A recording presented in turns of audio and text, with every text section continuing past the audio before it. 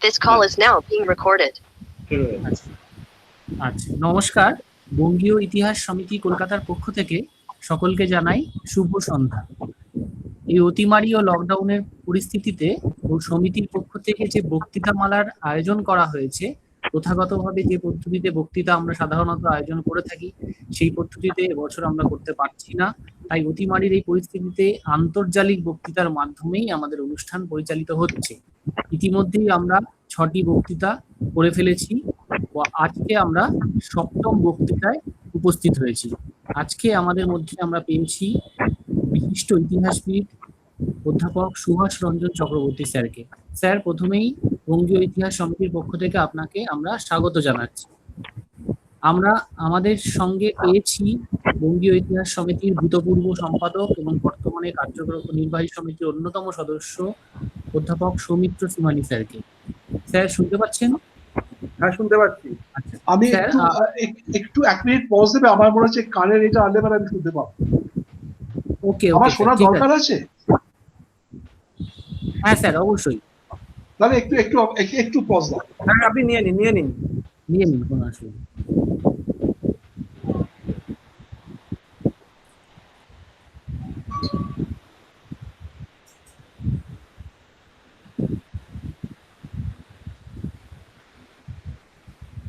সুজিতকে দেখা যাচ্ছে না। হ্যাঁ স্যার, এখন এবার দেখতে পেলাম। কমে গেল, এবার ঠিক আছে। আচ্ছা, এবার স্যার পরিষ্কার? এবার পরিষ্কার, একেবারে পরিষ্কার। আমরা আমাদের মধ্যে পেয়েছি বিশিষ্ট অধ্যাপক সুভাষ রঞ্জন চক্রবর্তী স্যারকে। স্যার, সমিতির পক্ষ থেকে আপনাকে আমরা আন্তরিকভাবে স্বাগত জানাচ্ছি। ধন্যবাদ। আচ্ছা, আমাদের মধ্যে রয়েছেন আমাদের বর্তমান সমিতির কার্যনির্বাহী সমিতির অন্যতম সদস্য এবং ভূতপূর্ব সম্পাদক অধ্যাপক সৌমিত্র সীমানি স্যার। স্যার, আপনাকে আমরা অনুরোধ জানাচ্ছি যে আপনি আনুষ্ঠানিকভাবে আজকের বক্তৃতার সূচনা করুন। শুভ সন্ধ্যা। আমরা ইতিপূর্বেই জেনেছি যে আমরা যে পদ্ধতিতে বক্তৃতামালার ব্যবস্থা করি সে পদ্ধতিতে এবার করা সম্ভব হচ্ছে না। তথাপি আমরা ভিন্নতর পথে সেই বক্তৃতামালার কার্যক্রমকে চালু রাখতে চলেছি। আজকে আমরা ইউরোপের ইতিহাসের একটা যুগান্তকারী পর্বের কাহিনী শুনব। ফ্রান্সের বিপ্লব 100 বছর ধরে ঘটে গেছে বললে আমার মনে হয়। 1789 থেকে যা সূত্রপাত, সে বিপ্লব 100 বছর ধরে চলেছিল, ভিন্ন ভিন্ন পর্বে, ভিন্ন ভিন্ন মাত্রায় এবং ভিন্ন ভিন্ন স্বার্থ গোষ্ঠীকে কাজে লাগিয়ে। কোনো বিপ্লব দুর্জয়দের বিপ্লব, কোনো বিপ্লব সুযোগ সন্ধানীদের বিপ্লব, এরকম নানা কথা আমরা দীর্ঘ কাল ধরে শুনে আসছি। বিভিন্ন ইতিহাসবেত্তারা সেসব আমাদের জানিয়েছেন। 1871-এর প্যারি কমিউনের আলাদা একটা চরিত্র ছিল। কার্ল মার্কস স্বয়ং যার সঙ্গে যুক্ত হয়েছিলেন। এই বিপ্লব সার্থক হতে পেরেছিল বলে মনে হয় না, কিন্তু এ একটা নতুন আদর্শকে সামনে তুলে ধরেছিল। আজকে আমরা যার কাছে এই বিষয়টা শুনবো, আমার মনে হয় আজকের পশ্চিম বাংলায় তার থেকে উপযুক্ত কোনো ব্যক্তি আর নেই। আমার সৌভাগ্য যে শ্রেণীকক্ষে বসে একদা আমি ওনার পাঠ গ্রহণ করেছি। সেই সূত্রে আজ থেকে 50 বছরের কাছাকাছি সময় ধরে হবে ওনার সঙ্গে আমার ব্যক্তিগত যোগাযোগ আছে, এবং আমি দেখেছি বা বুঝেছি, এবং আমার মতো অনেকেই বুঝেছেন যে ফরাসি বিপ্লবের পর্যায়গুলো ওনার মতো করে বোঝাতে আমাদের কাছে আর দ্বিতীয় কোনো ব্যক্তি নেই।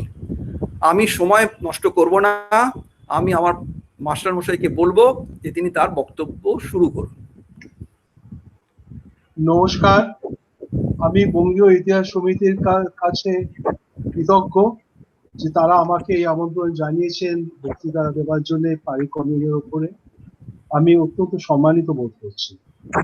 আমাকে আনুষ্ঠানিকভাবে এই বক্তৃতা দেবার প্রস্তাব বা আমন্ত্রণ জানিয়েছিলেন আমার দীর্ঘদিনের বন্ধু ডক্টর সৌমিত্র সীমানি। তার সঙ্গে আমার ধন্যবাদের সম্পর্ক নয়, সেটা সৌমিত্র একটু আগেই বলেছেন, সুতরাং আমি তাকে ধন্যবাদ দিচ্ছি না। আমি শুধু আমার আনন্দ এবং সম্মানিত বোধ করার বার্তাটি ইতিহাস সমিতিকে পৌঁছে দিতে চাইছি। আমি একটা শীর্ষক দিয়েছি, এই শীর্ষকটা একটু পোলেমিক্যাল হতে পারে, সকলের পছন্দ নাও হতে পারে। পারি কমিউন 1871, সমাজবাদী ভোর অথবা জাকোবিন সন্ধ্যা।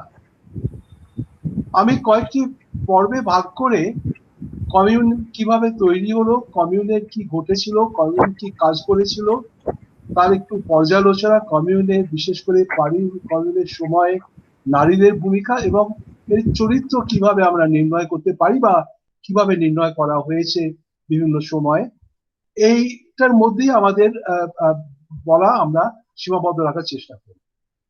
আমি আর্থার র্যাবোর একটা কবিতা দিয়ে শুরু করি। Marvelously pale in the sun's love-provoking light, they hold the bronze barrels of machine guns across Paris in revolt. এই কবিতাটির নাম হচ্ছে দ্য হ্যান্ডস অফ জন মারি। এটা 1871 নিয়েই লেখা। প্যারিস কমিউনের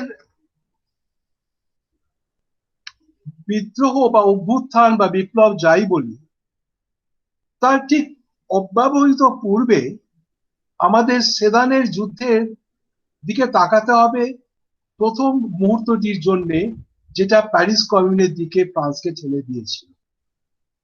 তৃতীয় নেপোলিয়নের দ্বিতীয় সাম্রাজ্যের অবসান এই যুদ্ধের পরে সূচিত হয়।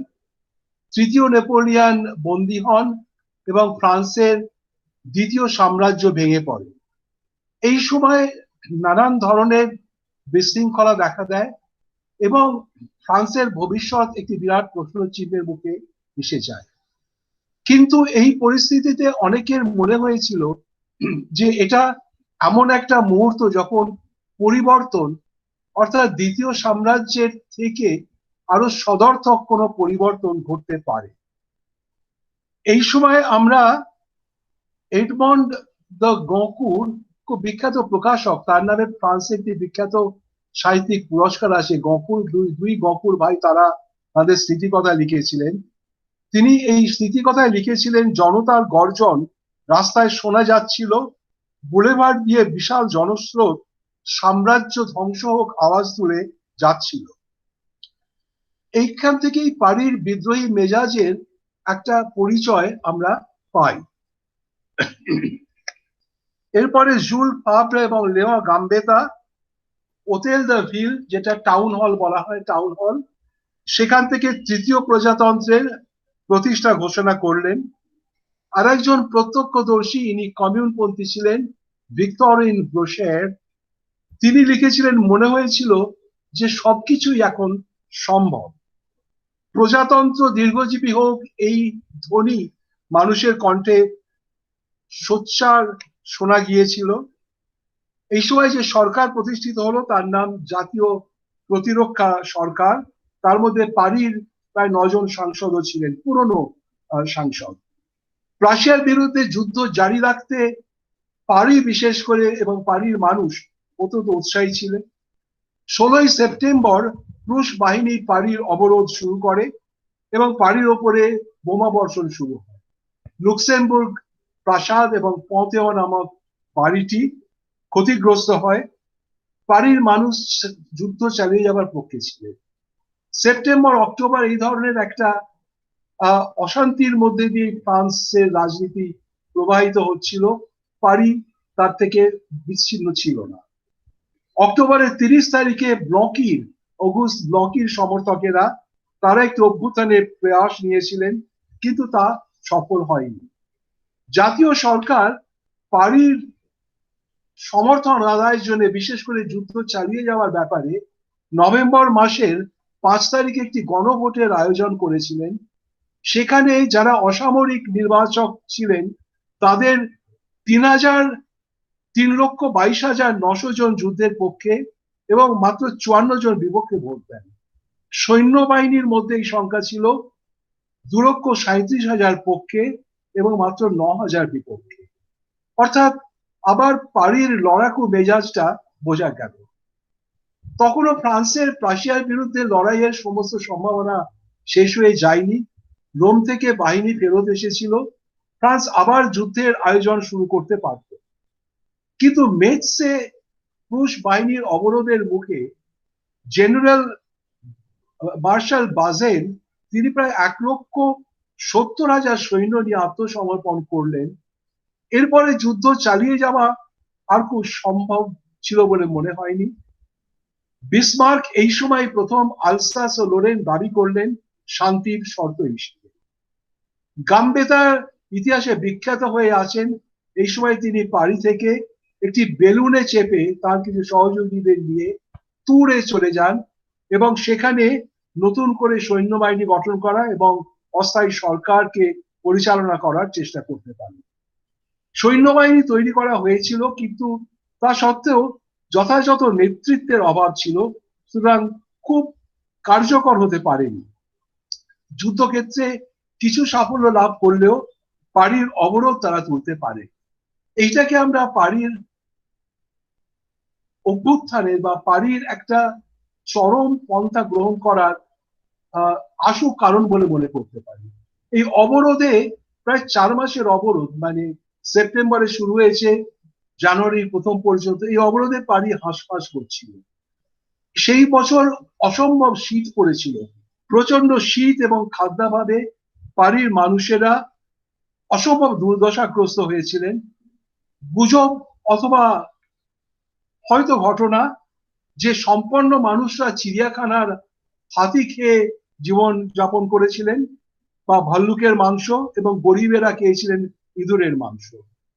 এই অবস্থায় পারিতে ওপরে রুশ বাহিনী আবার নতুন করে বোমাবর্ষণ শুরু করায় অস্থায়ী সরকার অসম্মানজনক শর্তে সন্ধি বা যুদ্ধবিরতি করতে রাজি হলেন।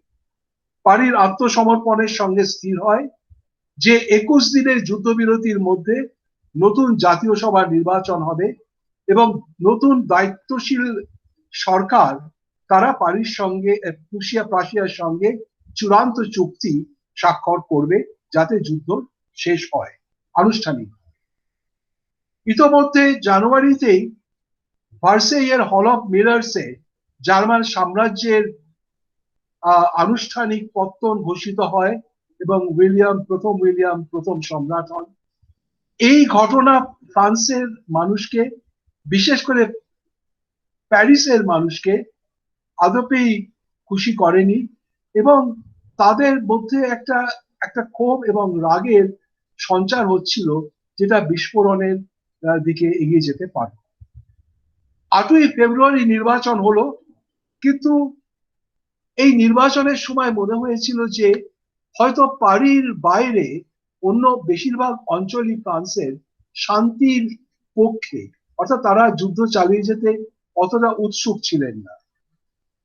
নির্বাচনে দেখা গেল যে রাজতন্ত্রীদের একটা প্রাধান্য নিশ্চিতভাবেই তৈরি হয়েছে, যারা সবাই নির্বাচিত হয়েছিলেন, এবং প্রথম কার্যনির্বাহী প্রধান অর্থাৎ অস্থায়ী সরকারের প্রধান হলেন আদল্ফ থিয়ের। ফ্রান্সের রাজনীতিতে পুরনো মানুষ। অনেকে মনে করেন যে 1830-এ পারির মানুষের বিপ্লব এবং প্রজাতন্ত্রের বিপ্লব তিনি ছিনিয়ে নিয়ে লুই ফিলিপকে ফ্রান্সের রাজা করতে সক্ষম হয়েছিলেন। থিয়ের অত্যন্ত কৃতি রাষ্ট্রনেতা এবং স্টেটসম্যান, কিন্তু এই মুহূর্তে অন্তত পারির এবং ফ্রান্সের প্রজাতন্ত্রী মানুষ তাকে প্রচ্ছন্ন রাজতন্ত্রী হিসেবেই দেখছিল। 19শে ফেব্রুয়ারি থিয়ের ও জুল পাভ্র তারা ভার্সেইতে বিসমার্কের সঙ্গে দেখা করলেন এবং প্রচুর ক্ষতিপূরণ, অনেক লক্ষ ক্ষতিপূরণ এবং আলসাস লোরেন দেওয়ার বিনিময়ে শান্তি স্থাপিত হলো।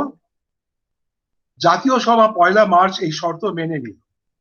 প্রতিবাদে গাম্বেতা বা ক্লেমেসোর মতো প্রতিনিধিরা পদত্যাগ করলেন এবং যেটা প্যারিসের ক্ষতের ওপরে নুনের প্রলেপের মতো হয়েছিল, তা হচ্ছে জার্মান সৈন্যবাহিনীর একটা বিজয় অভিযান, বিজয় মার্চ প্যারিসে, সেটা 23রা মার্চ হয়েছিল। পারির সমস্ত বাড়ির জানলা বন্ধ ছিল, পারির সমস্ত রাস্তা শুনশান ছিল, কিন্তু এর থেকে প্যারিসের যে ক্ষোভ এবং প্যারিসের যে অপমানের বোধ তার একটা পরিচয় পাওয়া যায়। বর্দোতে যে জাতীয় সভার অধিবেশন শুরু হয়েছিল, সেখানে আমরা আগে দেখলাম প্রজাতান্ত্রিকদের তুলনায় রাজতান্ত্রিকদের সমর্থনই বেশি ছিল। প্রজাতান্ত্রিকদের বেশিরভাগই যুদ্ধ চালানোর পক্ষে ছিলেন, কিন্তু তিয়ের নরমপন্থী প্রজাতন্ত্রকে নানান সংকটের মধ্যে স্টিয়ার করার চেষ্টা করছিলেন যাতে অন্তত প্রজাতন্ত্রটা টিকে থাকে। কিন্তু কিছুদিন বাদে যখন কমিউনের বিদ্রোহ শুরু হলো, তিয়েরের ক্ষমতা দৃঢ়ভাবে প্রতিষ্ঠা বা প্রজাতন্ত্রকে দৃঢ়ভাবে প্রতিষ্ঠা করার ক্ষেত্রে সেটি একটি ক্ষণস্থায়ী বাধা বলে মনে হয়েছিল। প্যারিসের কমিউনের বিদ্রোহ বা অভ্যুত্থান বা বিপ্লব কিভাবে শুরু হলো? 1870-এর সেপ্টেম্বর থেকে 1871-এর একদম প্রথম পর্যন্ত অশান্ত বিপর্যস্ত রাজনীতির মধ্যে ফ্রান্সে প্যারিসের অবস্থান আরো করুণ হয়েছিল। কারণ প্যারিস অনেকদিন ধরেই নানান কারণে ক্ষোভে বেশ ক্রুদ্ধ হয়ে থাকছিল। একটা কারণ, আমি কারণগুলো এক এক করে বলছি, খুব বিশদ বলার তো সুযোগ নেই। সেদানের যুদ্ধের পরেও পারির মানুষের আশা ছিল যে প্রজাতন্ত্র খুব শক্তভাবে প্রতিষ্ঠিত হবে। প্রথমে নির্বাচন এবং রাজতন্ত্রীদের সংখ্যাগরিষ্ঠতা সেই আশার উপরে কিছুটা জল ফেলে দিয়েছিল। তাদের দ্বিতীয় উদ্দেশ্য ছিল যুদ্ধ জারি করা এবং এই যুদ্ধে জয় সম্পর্কে তারা আশাবাদী ছিলেন। কিন্তু জানুয়ারির মধ্যে সেই আশা সম্পূর্ণভাবে বিসর্জন দিতে তারা বাধ্য হয়েছিলেন। 1870-এর সেপ্টেম্বর থেকে 1871-এর জানুয়ারি ফেব্রুয়ারির মধ্যে ফ্রান্সের মানুষের আশাবাদ পরিপুষ্ট হয়নি। 1871-এর গোড়া থেকেই প্যারির মানুষ ক্লান্ত, বিধ্বস্ত এবং নিরাশ। তারা যুদ্ধের পেছনে, বিপর্যয়ের পেছনে অন্তর্ঘাত প্রত্যক্ষ করছেন। নেতৃত্বের সুবিধাবাদী রাজনীতি তাদের ক্রুদ্ধ করছে। অবরোধ তাদের দৈনিক ও সার্বিক জীবনকে বিপর্যস্ত করেছে। ক্রমশ এরকম একটা দানা বাঁধছিল যে পারির যেটা দরকার সেটা হচ্ছে তার পুরনো স্বাধিকার, তার পুরনো স্বাধীনতা ফিরে পাওয়া, যেটা নাকি 1793-এর কমিউন পেয়েছিল। এবং তারপরে 1830, 1848 প্যারিসের মানুষ সেই স্বাধিকার প্রতিষ্ঠা করে ফ্রান্সের প্যারিসের অগ্রণী ভূমিকাকে আরো সংহত করার প্রয়াস পেয়েছিলেন। পারির স্বাধীনতা কিন্তু আসলে একেবারেই কেড়ে নেওয়া হয়েছিল। এটার পেছনে ইতিহাসের প্রভাব ছিল। পারি নানা অর্থেই ফ্রান্সের কেন্দ্রবিন্দু, কিন্তু 1789-এর কমিউন এবং জ্যাকোবিন পর্যায়ের পরে, যেটাকে সন্ত্রাসের সময়ও বলা হয়, যেটা এখন আর কেউই প্রায় বলেন না, সেই সময়ে পর থেকে প্যারিসের প্রাধান্য অনেকে চক্ষুশূল ছিল। সুতরাং দ্বিতীয় সাম্রাজ্যের সময় বিশেষ করে পারির স্থানীয় শাসনের অধিকার রাষ্ট্র কেড়ে নিয়েছিল প্রায় প্রতিহিংসার বশে। কমিউন নেই, মেয়র নেই, পুলিশের প্রিফেক্ট গুপ্তচর দিয়ে পীড়নের নীতিতে সিদ্ধহস্ত। দ্বিতীয় কারণ, দ্বিতীয় সাম্রাজ্যের সময় পারির পুনর্গঠন। এই গল্প আমরা সবাই জানি। ব্যারন হাউসমান তার নেতৃত্বে পারির পুনর্গঠন হয়েছিল। পারি এখন আবার প্রায় লুই চতুর্দশ সময়কার পারির মতো। নয়নাভিরাম, প্রশস্ত রাজপথ, বুলেভার্ড, নতুন নতুন অট্টালিকা, তার ডিজাইন সবকিছু আলাদা। এবং পারিতে নতুন আস্তে আস্তে সুপার মার্কেট তৈরি হচ্ছে। আমরা জানি এই তৃতীয় নেপোলিয়নের রাজত্বের দ্বিতীয়ার্ধে 1860-এর দশকে ফ্রান্সেও একটা শিল্পায়নের ঝোঁক দেখা দিয়েছিল। এবং শিল্পায়ন, অনেক ঐতিহাসিক বলেছেন যারা অর্থনীতির ইতিহাসের কারবারি, যে এই সময় ফ্রান্সের টেকনিক্যাল ইন্ডাস্ট্রিয়াল মিউটেশনটা ঘটেছিল। অর্থাৎ ফ্রান্স অনেকটা শিল্পায়িত দেশ এই 60-এর দশকের পরে হতে পেরেছিল। তার সামাজিক রাজনৈতিক প্রভাবও ছিল এবং তারপরে কিছুটা অস্থিরতাও তৈরি হয়েছিল। শহরের পুনর্বিন্যাস অনেকেই মনে করেন যে পারির পুরনো লড়াইয়ের কথা মনে রেখে করা হয়েছিল।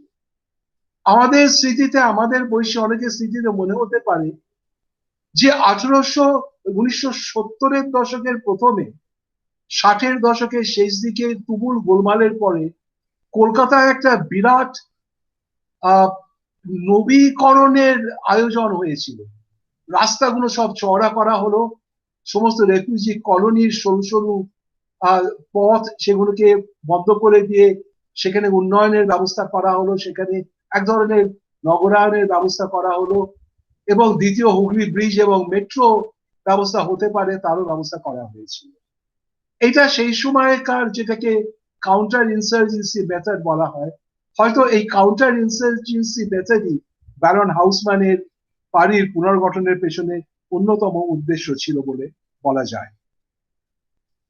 শাসকের স্মৃতিতে 1789 থেকে 1848 পর্যন্ত পারির অলিগলি, বিশেষ করে পূর্ব দিকে, পূর্ব অঞ্চলে বারংবার ব্যারিকেড গড়ে তোলা, সৈন্যবাহিনী যাতায়াতের পথ রুদ্ধ করা। আমরা 1830-এর কথা ভাবতে পারি, যে থ্রোয়া গ্লোরিউস, যে 3টি দিন 28, 29, 30 জুলাই এবং তারপরে জুলাই বিপ্লব হতে পেরেছিল। সৈন্যবাহিনী কিছু করতে পারেনি কারণ এই অবরোধ এবং সেখানে অগুন্তি পারির বিভিন্ন ধরনের খেটে খাওয়া মানুষদের উপস্থিত। ছোট ছোট রাস্তার বদলে প্রশস্ত রাজপথ যদি তৈরি হয় তাহলে জনতার স্বতঃস্ফূর্ত আন্দোলনকে দমন করা অনেক বেশি সহজ হয়। শহরের বহর বাড়ার সঙ্গে সঙ্গে নতুন নতুন পরিযায়ী শ্রমিক আসছে, পুরনো শহরের পুরনো বাসিন্দা শ্রমিকরা আছেন, অন্য শ্রমজীবী মানুষ আছেন, প্রান্তজীবী মানুষ আছেন, প্রান্তিক মানুষ আছেন। আমরা জানি এই মানুষদের, তার মধ্যে ছোট দোকানদার, কারিগররাই বিশেষ করে, তাদের একটা বড় অংশ 1789-এর পর থেকে বারংবার বিপ্লবের সঙ্গী হয়েছে এবং তাদের অবদান বিপ্লব ঘটানোর ক্ষেত্রে অত্যন্ত গুরুত্বপূর্ণ এবং কোনো কোনো ক্ষেত্রে প্রায় কেন্দ্রিক। এই যে পুরনো সার্কুলার যে মানসিকতা, এই ধরনের মানুষের মধ্যে সেই মানসিকতা আবার নতুন করে ফিরে এসেছে বলে অনেকে প্রত্যক্ষ করেছে। এবং যেটা গুরুত্বপূর্ণ, যে ফ্রান্সে যখন 1789 থেকে 1795-এর এপ্রিল এবং মে মাস পর্যন্ত বারংবার জুর্নে বা এই বিদ্রোহী দিবস পালিত হয়েছে, মানুষ জমায়েত হয়েছে এবং একটা না একটা বড় পরিবর্তন হয়েছে, তখন এই ফৌবুর্গ বলতো যেটাকে, উপকণ্ঠ, শহরতলি, সেখানকার মানুষের যোগদানটাই সব থেকে বড় এবং তাদের একটা অদ্ভুত নিজস্ব মেকানিজম ছিল। সেখানে কি করে খবর যেত জানে না, অনেকে বলেন চার্চের ঘন্টা বাজতো, তার থেকে সিগন্যাল যেত, তারা তৈরি হয়ে প্যারিসের মোড়ে মোড়ে জমায়েত হতো এবং একটা বিদ্রোহী দিন অনুষ্ঠিত। এখন সেন্ট আন্তোয়ান, এটা খুব বিখ্যাত প্রভুক ছিল, বারবার তাদের মানুষ এই পারির বিদ্রোহী দিনগুলোতে নেতৃত্ব দিয়েছে। এইগুলো এখন আজকের আমেরিকানদের ভাষায় জেন্ট্রিফাইড হয়ে যাচ্ছে। এখানে বুর্জোয়াদের আধিপত্য তৈরি হচ্ছে, চকচকে নতুন বাড়ি হচ্ছে এবং প্রান্তবাসী মানুষ আরো সরে যাচ্ছে, শহরতলি আরো পিছিয়ে যাচ্ছে, ঠিক গোল হয়ে পাশ দিয়ে ফিরে যাচ্ছে। এবং এই উপস্থিতি কিন্তু ফ্রান্স থেকে, বা এই মানসিকতা এবং এই যে ঐতিহ্য, একটা স্থানিক ঐতিহ্যটা সম্পূর্ণ হারিয়ে যায়নি। এই 21শ শতকের একদম প্রথমে যখন প্যারিসে একটা বিশেষ করে পরিযায়ী মানুষ, ইমিগ্রেন্টরা উত্তাল হয়েছিলেন, তখন কিন্তু এই অঞ্চলেই আবার খুব দানা বেঁধেছিল এবং এই অঞ্চলই বেশ কিছুটা উত্তাল হয়ে পড়েছিল। শহরের এই বিন্যাসের ফলে বহুগুলো পিছিয়ে যেতে শুরু করলো, নতুন নতুন শহরতলি তৈরি হয়েছে, মমার, বেলভিল, লা শাপেল এবং পূর্ব বা উত্তর অঞ্চলে নতুন শ্রমিকদের সংখ্যা বেড়েছে এবং তৃতীয় নেপোলিয়নের সময় এই নতুন শ্রমিকদের সম্পর্কে এরা অসম্ভব অসহিষ্ণু সরকার। নতুন প্যারিস দ্বিতীয় সাম্রাজ্যেরই একেবারে একটি আইকন বা প্রতীক বলে বলা যেতে পারে। প্রান্তবাসী মানুষ সম্পর্কে কোন রকম কম্প্যাশন বা সহনশীলতা দেখানো হয়নি। এই অভিজ্ঞতা আধুনিক যে কোনো শহরেই হরবকর দেখা যায়। ডেভিড হার্ভে নাম করা ভূগোলবিদ, তিনি দেখেছিলেন যে এই ঘটনা যে কোনো শহর নবীকরণের ক্ষেত্রে ঘটে। প্যারিসে এটা ভীষণভাবে ঘটেছিল, কিন্তু প্যারিসের একটা ঐতিহ্য ছিল এই শ্রমজীবী মানুষদের বিদ্রোহে। অনেকে মনে করেছেন, যেমন খুব সুন্দর বলেছেন, যে শহর থেকে প্যারিস কমিউন হচ্ছে শহর থেকে বিতাড়িত মানুষের প্রতিশোধের একটা প্রয়াস। 1850 থেকে 70-এর মধ্যে প্যারিস জনসংখ্যা 10.5 লাখ থেকে 18.5 লাখ হয়েছে। ব্যারন হাউসম্যানের এই যে সংস্কার, এটা সম্বন্ধে প্রুধঁ লিখেছিলেন। তিনি লিখেছিলেন যে কিভাবে পুরনো প্যারিস হারিয়ে যাচ্ছে এবং প্যারিস কসমোপলিটন হচ্ছে, কিন্তু পুরনো প্যারিসের মানুষকে আর প্যারিসে খুঁজে পাওয়া যাচ্ছে। অর্থাৎ প্যারিসের নবীকরণ, প্যারিসের পুনর্গঠন এবং সৌন্দর্যায়ন, এটা প্যারিসের বেশিরভাগ শ্রমজীবী খেটে খাওয়া মানুষ এবং প্যারিসের অনেক মধ্য ও নিম্ন মধ্য শ্রেণীর মানুষ, বুর্জোয়া বা পাতি বুর্জোয়া, তাদেরকে বিশেষ করে বুদ্ধিজীবী এবং পেশাদার মানুষদেরকে খুশি করেনি। তাদের মধ্যে এর প্রতি একটা বিরাগ তৈরি হয়েছিল। তার থেকে একটা পরিবর্তনের ইচ্ছে জায়গাটা খুব স্বাভাবিক। আর একটা ঘটনা লক্ষ্য করা যায় যে দ্বিতীয় সাম্রাজ্যের শেষ দিকে কিছুটা উদারীকরণ হয়েছিল, তারপরে রাজনৈতিক কাজকর্ম আবার শুরু হচ্ছিল একটু ছদ্মবেশে। এরকম ঐতিহাসিকরা দেখেছেন প্রায় 993টি আপাত দৃষ্টিতে অরাজনৈতিক সভা হয়েছিল। এগুলোর প্রথম দিকে এগুলো নিয়ন্ত্রণ করছেন পেশাদার মানুষ, যারা নেতৃত্ব দেন, কিন্তু আস্তে আস্তে দেখা গেল যে ভরকেন্দ্র ওই শহরতলির দিকে চলে যাচ্ছে। জানুয়ারি মাসে একটা গণবিক্ষোভের চেষ্টা হয়েছিল 22 তারিখে, সেটা হয়নি। রাজতান্ত্রিকদের সংখ্যাগরিষ্ঠতা নতুন সংসদে, এটা প্যারিসের মানুষকে খুশি করেনি। প্যারিসের মানুষের আতঙ্ক বা আশঙ্কা হলো যে নতুন প্রজাতন্ত্র বেশি দিন নাও টিকতে পারে, আবার রাজতন্ত্রের দিকে ঝুঁকতে পারে ফ্রান্স। সরকারের প্রধানরূপে তিয়ারকে যে তারা পছন্দ করেননি, এটা আমরা আগেই দেখেছি। নতুন সরকারের কিছু কাজও তাদের বিরোধিতার সম্মুখীন। ন্যাশনাল গার্ডদের বেতন বন্ধ করে দেওয়া হয়েছিল। এর ফলে বহু গরিব মানুষ হাতান্তরে পড়লেন, কারণ তারা ন্যাশনাল গার্ডে কাজ করতেন এবং বেতন পেতেন। যুদ্ধের শুরু থেকে ভাড়া, ঋণ শোধ ইত্যাদি বেশ কিছু আর্থিক দায়িত্বের ওপরে বা দায়ের ওপরে স্থগিতাদেশ হয়েছিল, তা প্রত্যাহার করে নেওয়াতে ছোট বণিক, সাধারণ দোকানদার ইত্যাদিদের আর্থিক বিপর্যয় হয় এবং অনেকে দেউলিয়া হয়ে যায়। বিপর্যস্ত বিধ্বস্ত প্যারিস মনে করেছিল যে বিশেষ করে প্যারিসের বদলে ভার্সেইতে নতুন সরকারের সদর দপ্তর তৈরি করাটা প্যারিসের চূড়ান্ত অপমান, সরকার প্রতিষ্ঠা করার চূড়ান্ত অপমান। এই পুঞ্জীভূত কবি কমিউনে দেখা দিয়েছে। তিয়ার ফ্রান্সের রাজনীতির সঙ্গে দীর্ঘদিন যুক্ত ছিলেন। তিনি জানতেন যে গোটা ফ্রান্সের ওপরে তিনি তার নিয়ন্ত্রণ প্রতিষ্ঠা করতে পারবেন না যদি না তিনি প্যারিসকে তার নিয়ন্ত্রণে আনেন। অর্থাৎ জানুয়ারির শেষ থেকে ফেব্রুয়ারি মার্চ পর্যন্ত তিয়ার ও দেখছেন কি ঘটছে, প্যারিসের মানুষও দেখছেন কি ঘটছে। প্যারিসের ভেতরে ক্ষোভ বাড়ছে, কারণ সামাজিক, রাজনৈতিক এবং অর্থনৈতিক পরিস্থিতি প্যারিসের মানুষের অনুকূল ছিল না, বিশেষ করে খেটে খাওয়া শ্রমজীবী মানুষদের, এমনকি পাতি বুর্জোয়া বা নিম্ন বুর্জোয়াদের মধ্যে। তিয়ার মার্চের মাঝামাঝি সিদ্ধান্ত নিলেন যে এবার প্যারিস দখল করার চেষ্টা করবেন। এই কাজটি তিনি করলেন 18ই মার্চ। 18ই মার্চ ভার্সাই সরকার কিছু বাহিনী ইতিমধ্যে জোগাড় করতে পেরেছেন। তারা ঠিক করলেন যে প্যারিসে যে সমস্ত কামান বা গোলা বারুদ রাখা আছে রুশ বাহিনীর বিরুদ্ধে লড়ার জন্য, সেগুলিকে ফিরিয়ে আনা দরকার। কামানগুলি মমার্থ বলে যে জায়গায় রাখা ছিল, সরকারি বাহিনী সেখানে কামানগুলি টেনে নেবার চেষ্টা করতেই একটা আগ্রাসী ও ক্রুদ্ধ জমায়েতের মুখে পড়ে যায়। কামানগুলি ছিনতাই করে নিয়ে আসা হয়, গোলা বারুদ দিতে দেওয়া হয়নি, এমনকি দুজন জেনারেলকে ছিনতাই করে নিয়ে এসে এই আগ্রাসী জনতা তাদেরকে হত্যাও করে। সমসাময়িক সাক্ষ্য থেকে জানা যায় যে এই সময় এই ঘটনায় মহিলাদের প্রত্যক্ষ কার্যকর ভূমিকা ছিল। আমরা স্মরণ করি যে 5 এবং 6 অক্টোবর 1789 যখন টাউন হল থেকে কামান টেনে ভার্সেই যাওয়া হচ্ছে to bring back the baker's wife and the baker's son, অর্থাৎ সরাসরিকে ফিরিয়ে আনার জন্য অভিযান শুরু হচ্ছে, সেইখানে কিন্তু ছবি আছে যে বহু মহিলা কামান টেনে টেনে নিয়ে যাচ্ছে।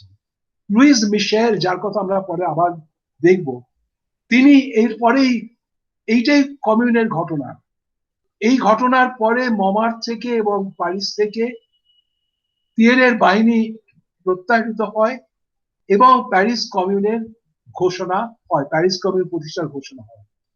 লুইস মিশেল যেটা লিখেছেন সেটা খুব গুরুত্বপূর্ণ, আমি একটুখানি কোট করি। The proclamation was magnificent. It was not a festival. It had all the dignity of a sacrifice. You could tell that the elected officials were ready to die. তিনি কোন সময় লিখেছেন বলা মুশকিল, যদি ওই দিনেই লিখে থাকেন তাহলে তিনি একেবারে ভবিষ্যৎ দ্রষ্টা, কারণ যারা প্রক্লামেশনে ছিলেন, যারা এটা প্রত্যক্ষ করেছিলেন, তাদের অনেকেই 73 দিন পরে আর বেঁচে ছিলেন না কিংবা নির্বাসনে চলে গিয়েছে। মিশেল আরো বর্ণনা দিয়েছেন কি ঘটেছে। টাউন হলের ওপরে পতাকা উঠছে, বিশাল লাল পতাকা। মমার্থ, বেলভিল, লো শ্যাপেল, নতুন উপখণ্ড, নতুন শহরতলি থেকে মানুষ এসছেন, তারা পতাকার ওপরে ফ্রিজিয়ান ক্যাপ, যে ক্যাপ সাকুলাতরা পরতো, অর্থাৎ রোমের কৃতদাসরা স্বাধীন হলে যে টুপি পরতো, সেই ফ্রিজিয়ান ক্যাপ পরে তারা ঘুরে বেড়াচ্ছেন। এই দেখে অনেকের মনে হয়েছিল যে 1793 এর প্যারিসের বিভিন্ন সেকশনে যে ধরনের স্বতঃস্ফূর্ত গণ অভ্যুত্থান দেখা দিয়েছিল সেই দিনই আবার ফিরে এসেছে। পারির বিপ্লব কমিউন প্রতিষ্ঠার মাধ্যমে একটা পূর্ণতার সন্ধান করেছিল। এই প্রয়াসের সঙ্গে প্যারিসের পুরনো ইতিহাস ও ফ্রান্সের বিপ্লবের ইতিহাস অঙ্গাঙ্গিভাবে জড়িত হয়ে আছে। আমরা মনে করতেই পারি যে এই কমিউন অনেকাংশেই 1793, 1830 এবং 1848 বিপ্লবের প্রতীকী প্রতিধ্বনি এবং একই সঙ্গে আগামী দিনের ইঙ্গিত পায়। এই কমিউনের প্রতিষ্ঠা যুগপৎ জার্মানি ও ভার্সেই সরকারের বিরুদ্ধে ছিল। মার্চের 26 তারিখে নির্বাচন হলো। মোট প্রায় 4,80,000 নির্বাচকদের মধ্যে 2,27,000 ভোট দিয়েছিলেন। ভোটে যারা জিতেছিলেন তাদের বেশিরভাগই প্রজাতন্ত্রী, কিন্তু তাদের শ্রেণী চরিত্র নিয়ে অনেক বিতর্ক আছে। এদের মধ্যে প্রত্যক্ষদর্শী যেমন লিসাগারে মনে করেছিলেন যে খেটে খাওয়া মানুষ এবং নিম্ন মধ্যবিত্তদের দূরদর্শী উদার অংশ নির্বাচনে খুব সক্রিয়ভাবে অংশগ্রহণ করেছিলেন। এদের মধ্যে সমাজতন্ত্রী ছিলেন এবং সেই সমাজতন্ত্রীদের মধ্যে নানান ধরনের ভাগ ছিল।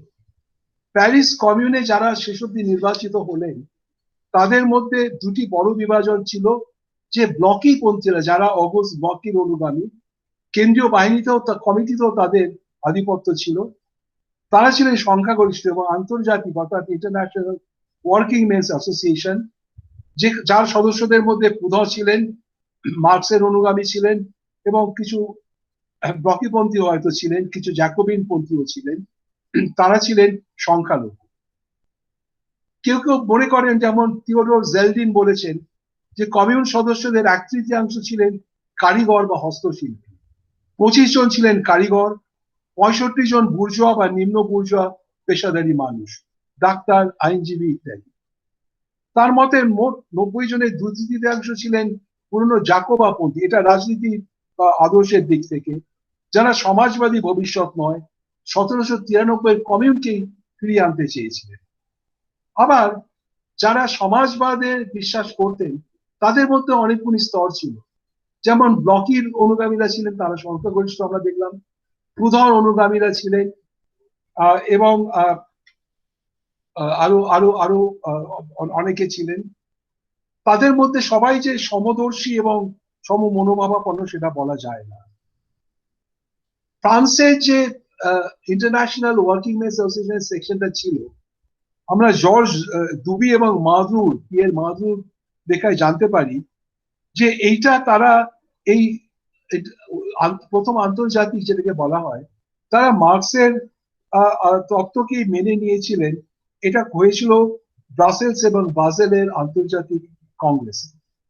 এইখানে ফ্রান্সের মার্ক্সবাদীদের প্রাধান্য ছিল আন্তর্জাতিক এদের মধ্যে, কিন্তু তারা সংখ্যাগরিষ্ঠতা কখনো সম্মত পাননি। কমিউনের বিশিষ্ট একজন ঐতিহাসিক লিখেছেন যে যারা কমিউনপন্থী, সাধারণ কমিউনপন্থী, তারা ধাতু অথবা নির্মাণ শিল্পের শ্রমিক ছিলেন, অর্থাৎ শ্রমিক কারিগরদের একটা বড় যোগদান ছিল। কমিউনের সামাজিক চরিত্র আঁকা খুব সহজ নয়, সুতরাং এই তাদের শ্রেণী চরিত্র এটা নিয়ে বিশদ আলোচনা করা এবং এটা নিয়ে যে মতবিভেদ আছে সেটা খুব স্বাভাবিক। আমরা পরে এই আলোচনায় আবার ফিরে আসব। সুতরাং নির্বাচনের পরে যে কমিউন গঠিত হলো, সেখানে ভিন্ন মতের প্রভাব ছিল, উদ্দেশ্যের ভিন্নতা ছিল, তার সত্ত্বেও তারা একসঙ্গে কাজ করার চেষ্টা করেছে। তারা কি করেছিল আমরা দেখবো। তাহলে আমরা দেখি এবারে পিয়ের সরকার কমিউন তৈরি হওয়ার পরে কি করলেন। 18ই মার্চের কমিউন ঘোষণা হওয়ার পরে পিয়ের আবার টেম্পোরাইজ করছেন, সময় নিচ্ছেন। আস্তে আস্তে তারা প্রায় 1.5 লক্ষ সৈন্যের একটা বাহিনী তৈরি করতে পেরেছেন। অনেকেই জার্মানদের হাতে বন্দী ছিলেন। পারির উপকণ্ঠে কুর্ব বলে একটি জায়গা তারা দখল করে এপ্রিলের শেষে তারা আবার পারির অবরোধ শুরু করলেন। পারি আবার অবরুদ্ধ। এবার জার্মানরা নয়, এবার ফ্রান্সের জাতীয় সরকার পারির মানুষকে আবার অবরুদ্ধ করে রাখে।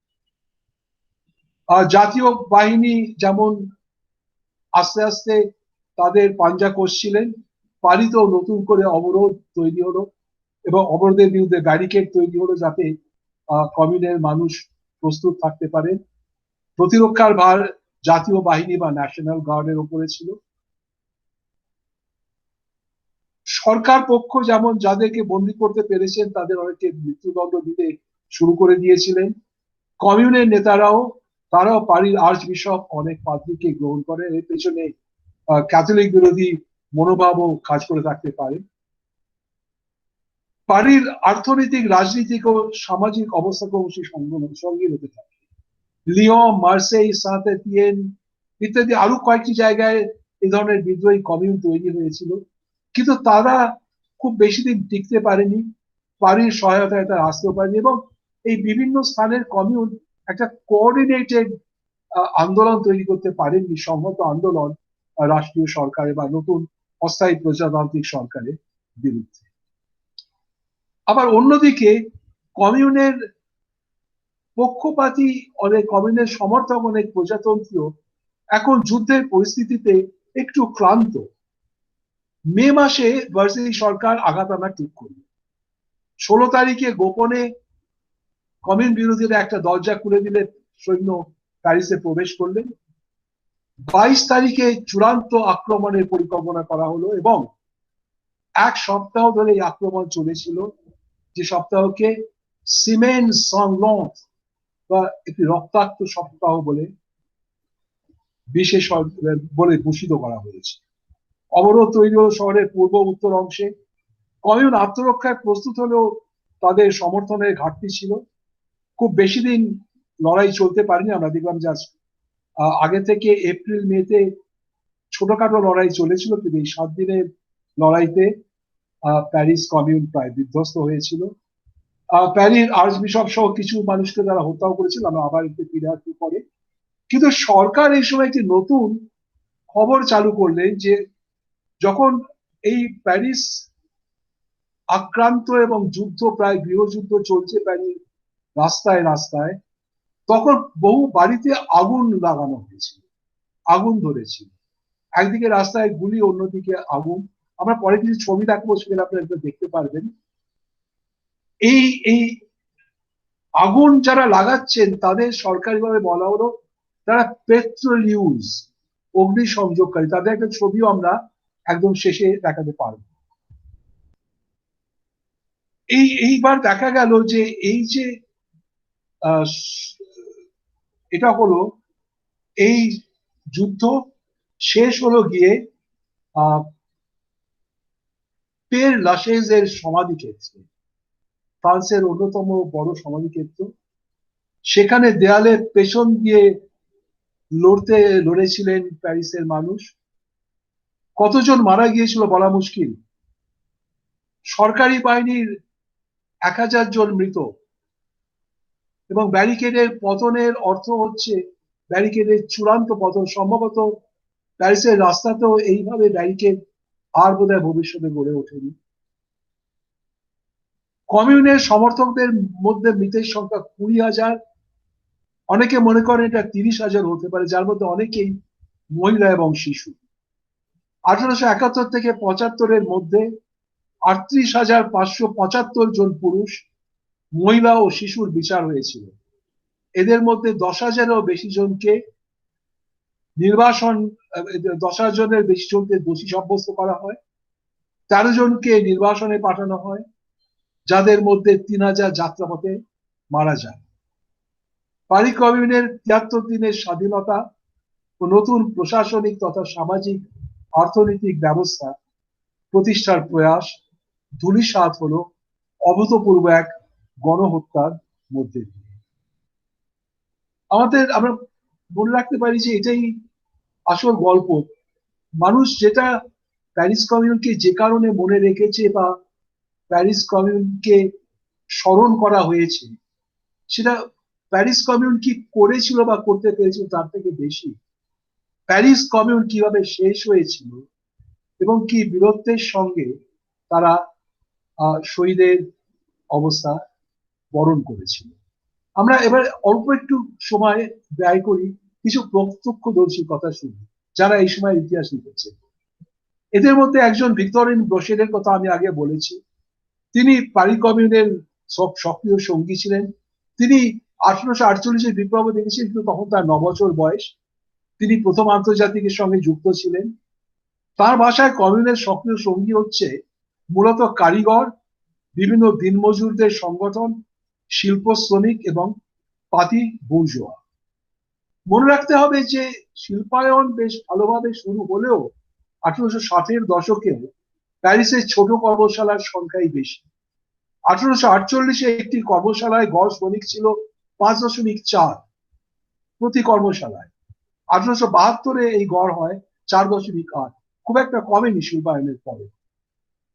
1909 সালে তিনি একটি বই লেখেন, এই ভিক্টোরিন ব্রোশের, তার নাম ফরাসিতে সুভেনির দুন মর্ত ভিভান্ট, বাংলায় বলা যায় জীবন্ত শবের স্মৃতি। তিনি কমিউনের সক্রিয় সাধারণ মানুষদের ডিসইনহেরিটেড পিপল বলে উল্লেখ করেছেন।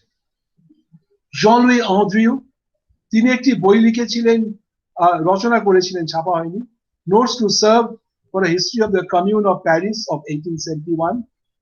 এটি 100 বছর বাদে শতবর্ষ উপলক্ষে প্রকাশিত হয়েছিল। তিনি প্রথম আন্তর্জাতিকে ছিলেন। তিনি ব্রিটেনে নির্বাসনে মারা যান। তিনি পৌর প্রতিষ্ঠানের অস্থায়ী কর্মী হলেও সান্ধ্য স্কুলে পড়াতেন এবং সেখানে নিরক্ষর শ্রমিক, ছোট দোকানদার ইত্যাদিদের পড়াতেন। এখানে সম্ভবত প্রথম আন্তর্জাতিকের সদস্যদের সাথে তার যোগ হয়েছে। আরেকজন বিখ্যাত লেখক এই সময়কার, মানে কমিউনিস্ট সংস্কৃতির লেখক, ইতিহাসের লেখক, প্রসপের অলিভিয়ে লিসাগারে। তিনি এটি সম্পন্ন পরিবারের মানুষ, 1860 থেকে প্যারিসে এসে বাস করছেন। তার বইয়ের নাম হচ্ছে history of the commune of Paris of 1871। এটা আত্মজৈবনিক বই না, তিনি প্যারিসের কমিউন নিয়েই লিখেছেন। রাজনৈতিক মনোভাবে তিনি প্রজাতন্ত্রী এবং কমিউনের সমর্থক। লুইস মিশেল পারি থেকে একটু দূরে অবিবাহিত মায়ের সঙ্গে থাকতেন। স্কুল শিক্ষক হিসেবে প্রশিক্ষণ থাকা সত্ত্বেও সরকারি চাকরি নেননি। পরে শিশুদের কিছুদিন পড়িয়েছেন। তিনি একটি বই লেখেন, তার নাম লা কমিউন। তিনি কিন্তু অন্যদের মতো 1871-এর কমিউন বলছেন না, তিনি কমিউন বলতে 1871 কি বোঝাতে চেয়েছেন। তার এই বইতে বেশ কিছু নথি, পোস্টার এবং পুরনো ইতিহাস থেকে উদ্ধৃতি আছে। ফলে অনেকে মনে করেন যে এখানে এই নথিগুলোর থেকে যারা অংশ নিয়েছিলেন এই কমিউনপন্থীদের নিজেদের ভাষ্য কিছুটা জানা যায়। তিনি নিজেও সক্রিয় ছিলেন এবং কমিউনের পতনের পরে নিউ ক্যালিডোনিয়াতে নির্বাসনে পাঠানো হয়েছিল। সেখানে তিনি নিজেকে বেশ একজন লিডিং নৈরাজ্যবাদী হিসেবে প্রতিষ্ঠা করেন। আর সেখান থেকে ফিরে এসে ইউরোপে তার বেশ পরিচিতি হয়েছে। দ্বিতীয় সাম্রাজ্যকে তিনি বলেছিলেন এক সন্ত্রাস পীড়িত রাত্রি, এবং লিখেছিলেন যে 1871 কমিউন হচ্ছে 20 বছরের ক্রোধের বহিঃপ্রকাশ। তিনি আরো লিখেছিলেন যে 1871 প্যারিস আবার নিঃশ্বাস নিয়ে বেঁচেছিল। গুস্তাভ ল্যাপ্রসে, তিনি একটু র্যাডিক্যাল ছিলেন, স্কুলের শিক্ষকদের দিয়ে শুরু করে আরো অন্য অনেক কাজ করেছিলেন। তিনি সম্পত্তির উত্তরাধিকারের বিরোধী ছিলেন এবং যৌথ মালিকানার পক্ষে ছিলেন, মুক্ত প্রেমের পক্ষে ছিলেন। তিনি আগে অভ্যুত্থানে অংশ নিয়েছেন, পরে কমিউনে নির্বাচিত হন। তিনি কিন্তু জ্যাকোবিন পন্থীদের বিরুদ্ধে ছিলেন, গণ নিরাপত্তা কমিটি গঠনের বিরুদ্ধে তিনি ভোট দিয়েছিলেন। শার্ল আমুরো, তিনি ওধ প্রদেশ থেকে চলে আসেন, শ্রমিক আন্দোলনে সক্রিয় ভূমিকা নিয়েছিলেন, তৃতীয় সাম্রাজ্যের বিরোধিতার জন্য বন্দী হয়েছিলেন। তিনি লাপ্রসকে কাপুরুষ আখ্যা দিয়েছেন, তিনি জ্যাকোবিন পন্থী ছিলেন মনে হয়, কারণ নিরাপত্তা সমিতির পক্ষে ভোট দিয়েছিলেন। লুডোভিক হালেভি নোটস এন্ড রেমিনিসেন্সেস লিখেছিলেন, মোটামুটি কমিউন বিরোধী কিন্তু প্রজাতন্ত্রী। এমিল জোলা, তিনি প্রজাতন্ত্রের সমর্থক কিন্তু হিংসা এবং কিছু কাজের অসম্ভব সমালোচক। তিনি লাস্ট সিমাফোর দ্য মার্সেই বলে একটি কাগজের প্রতিবেদন পাঠাতেন। তিনি সেখানে দেখিয়েছিলেন যে 22-29 মে ব্যারিকেডের লড়াই এবং গণহত্যার বিবরণ পাঠাতেন। তিনি বলেছিলেন পারি একটি বিশাল সমাধি ক্ষেত্রে পরিণত হয়েছে। আমরা গফুর ভাইদের কথা আগে বলেছি, তারাও হিংসা এবং কমিউনের ট্র্যাজিক পরিণতি তাদের লেখায় আছে। তারা প্রজাতন্ত্রের সমর্থক ছিলেন কিন্তু হিংসার সমর্থক ছিলেন না। একদম ভীষণভাবে বিরোধী যারা, তাদের মধ্যে ছিলেন ম্যাক্সিম ডুকন। তিনি কনভালশনস অফ প্যারিস নামে একটা বই লেখেন। তিনি তীক্ষ্ণ সমালোচক। তিনি তার সত্ত্বেও তার প্রচুর বিবরণ পাওয়া যায়। বিশেষ উল্লেখযোগ্য 25 মে কমিউনের অন্যতম প্রধান নেতা দেলেস ক্রুজের ব্যারিকেডের পাশে মৃত্যুর খুব বিস্তারিত বিবরণ তার লেখায় পাওয়া যায়। জুল ক্লারেতি বলে আরেকজন হিস্ট্রি অফ দ্য রেভলিউশন লিখেছিলেন, তিনিও সম্পূর্ণভাবে কমিউন বিরোধী। এবার আমি খুব সংক্ষেপে কারা কমিউনে ছিলেন, তাদের রাজনৈতিক মতামত বা শ্রেণী চরিত্র এবং কমিউন ঠিক কি কাজ করার চেষ্টা করেছিল সেটা একটু বলি। আমি আশা করি সময় এখনো আছে, আমরা তো 1 ঘন্টার মতো বলতে পারছি। এদের পর্যালোচনা করে আমরা কোনো একটা গোত্রে তাদেরকে ফেলতে পারি না। আমি কয়েকজনের নাম বলি। ব্রেসলের রাজনৈতিক ধারণা বিবর্তন খুব উল্লেখযোগ্য। তিনি একসময় বোনাপার্টপন্থী ছিলেন, পরে উদারপন্থা ও প্রজাতন্ত্রের সমর্থক হয়েছিলেন, কিন্তু শেষ পর্যন্ত তিনি পুধর অনুগামী। তিনি সম্পন্ন উদ্যোগপতি এবং তার কারখানার মুনাফা শ্রমিকদের সঙ্গে ভাগ করে নেবার চেষ্টায় সফল হয়েছে। দেলেস্ক্রুজ ছিলেন সাংবাদিক এবং জাকোবাপন্থী। রসপিয়ারের অধিকারের ঘোষণাপত্র জারি করা এবং গণনিরাপত্তা সমিতি গঠন করার প্রস্তাব তার কাছ থেকেই এসেছিল। তিনি ব্লকি বা প্রুধর বা লুই ব্লর সমালোচক ছিলেন। 32 বছর বয়সী ভার্লার বই বাঁধানোর কাজ করতেন। তিনি আন্তর্জাতিকের সদস্য এবং শ্রেণী সংগ্রামের তত্ত্বে বিশ্বাসী। অন্যদিকে নিজেকে সমাজবাদী বলা ভেরমোরেল, তিনি সামাজিক সমন্বয়ের কথা বলতেন। গুস্তাভ ফ্লোরেন্স একজন বিখ্যাত অধ্যাপকের পুত্র এবং নিজেও অধ্যাপক ছিলেন, কিন্তু তিনি পেশা ছেড়ে দিয়ে এই কমিউনের আন্দোলনে যোগ দিয়েছিলেন এবং কমিউনের সঙ্গে ছিলেন। বাবিক একজন আর্টিস্ট বা শিল্পী, তিনি অতীন্দ্রিয়বাদী ছিলেন। পশু চিকিৎসক রেজের, তিনি আবার ক্যাথলিকদের সমর্থক ছিলেন। আসি বলে একজন মেকানিক, তিনি গারিবল্ডির সঙ্গে যুদ্ধ করেছিলেন ইটালিতে, কিন্তু আবার তিনি লোক ক্রুজ ও বিখ্যাত লোহার কারখানা সেখানে ধর্মঘটে নেতৃত্ব দিয়েছিলেন। কিন্তু আরো গুরুত্বপূর্ণ হচ্ছে যে এবের পন্থী 1792-93 সালে এবের জাক রুক্স ইত্যাদি যারা সব থেকে চরমপন্থী ছিলেন, এবের খ্রিস্ট ধর্ম বিরোধী আন্দোলন ডিক্রিশ্চিয়ানাইজেশন নেতা ছিলেন। গুস্তাভ টিদ বলে একজন, তিনি এবের পন্থীদের ব্লকের পুরনো কমরেড, তিনি এবেরপন্থীদের ওপরে একটা বই লিখেছিলেন। তিনি বলেছিলেন এরা ইতিহাসের সব থেকে অভিশপ্ত গোষ্ঠী। তিনি লিখছেন, আমি একটুখানি কোট করি তাকে, "The revolution lies in the entrails of the plebes, in the spikes of the faubourgs, in the roar of the sections, with obscure and execrated men who were always on the move, maddening the strong, encouraging the weak, bringing the far too complacent conventionals back to the revolutionary path at the mouth of their cannon." ব্লকিপন্থীরাও এবেরের আদর্শকে আত্মসাৎ করে নিছক ষড়যন্ত্রকারী বা অভ্যুত্থানকারী তকমার বদলে বিপ্লবী তকমা লাভ করার চেষ্টা করেছিলেন, সফল হয়েছিলেন। কারণ অন্যতম ব্লকিপন্থী রাউল রিগর, যিনি প্রকুরার হয়েছিলেন, তিনি একটা উল্লেখযোগ্য ভূমিকা পালন করেছিলেন। আরো উল্লেখযোগ্য হচ্ছে যে এবেরপন্থীদের অনেকে তারা বের দুশের বলে একটা নতুন কাগজ শুরু করে, যেটাও সেই সময় এবের বার করতেন। এই এই বের দুশের আবার নতুন যে ধরনের শ্রমজীবী মানুষদের কথা আমরা আগে বলেছি, যারা পুরনো শ্রমজীবীদের, পুরনো সাকুলরদের ধর্মের মানুষ, তাদের যে মনোভাব, তারই প্রতিফলন এই প্রেম দুশেনে নতুন করে ঘটছিল। গুস্তাভ কুর্বে বলে একজন বিখ্যাত চিত্রশিল্পী ছিলেন, তিনিও কমিউনের ইতিহাসে উল্লেখযোগ্য ভূমিকা পালন করেছিলেন। তিনি বেশ একটা আর্টিস্টদের সমিতি তৈরি করেছিলেন, সেখানে মত প্রকাশের স্বাধীনতা ও সাম্যের দাবি করেছিলেন তাদের ম্যানিফেস্টোতে। তিনি তার পরিবারকে লেখা চিঠিতে বলেছিলেন যে কমিউনের প্যারিস স্বর্গের মতো। তিনি লিখেছিলেন যে কোনো পুলিশ নেই, সবকিছু প্রায় ঘড়ির কাঁটা ধরে চলে। লুই রসেল বলে একজন সৈন্যবাহিনীর একমাত্র অফিসার ছিলেন, যিনি কমিউনেও ছিলেন, কমিউনের যুদ্ধে দায়িত্বপ্রাপ্ত প্রতিনিধি হয়েছিলেন। কমিউনের পতনের পরে তার এবং অনেক সহযোগীদের বিচার হয়, আমরা দেখেছি। তার মৃত্যুদণ্ড হয়েছিল। উগো সমেত অনেকে এর বিরুদ্ধে প্রতিবাদ করে কোনো লাভ হয়নি।